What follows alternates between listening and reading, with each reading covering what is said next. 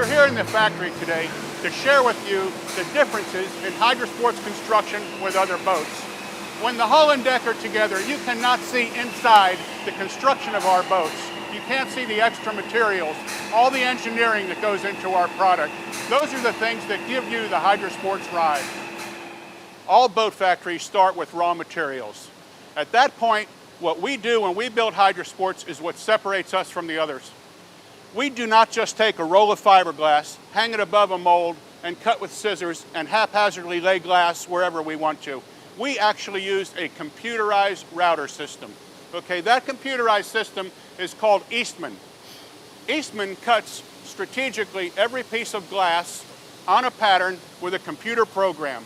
Each piece is the same boat after boat. If you were having a suit made, you would want that suit to be the same one side of the buttons as the other side of the buttons. When you run a boat, you want that boat to weigh the same port of the keel as it does starboard of the keel. We can control weights, we can control everything by the way this is computer packaged. Now, after these pieces are cut, they're strategically placed in the order they go in the boat inside a box. So you have a hull in a box, basically.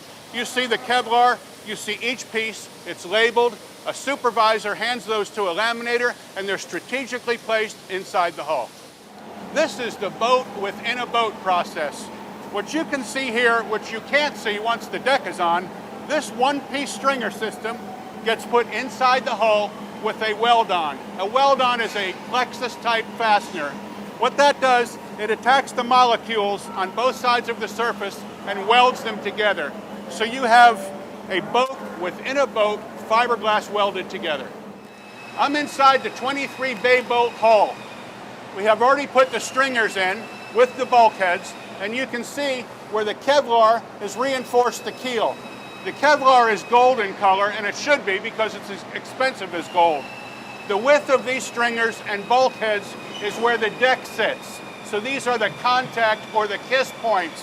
This entire stringer and bulkhead system is what supports the deck in place. Looking at the transom, this is a knee. When two right angles come together, that's called a support knee.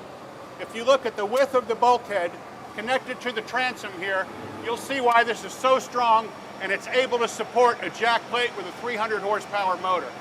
Besides being a knee, this is the back end of the stringer. And the stringers, as well as the bulkheads, are completely foam filled. The transom has to be the strongest part of the boat. Obviously, it holds the engines on. What we've got here are knees. These are double right angles that connect to the transom for maximum strength. They are tied into the stringer system, so it moves the energy from the engines throughout the entire hull. Our transom is actually poured ceramic. Poured ceramic comes from the aviation industry. This is an aerospace material. It is shot in here with a gun. Once it hardens, it's stronger than steel, and it's not porous. It could never absorb water. When we say no compromises, we mean it. 1,400 horsepower, 4,000 pounds.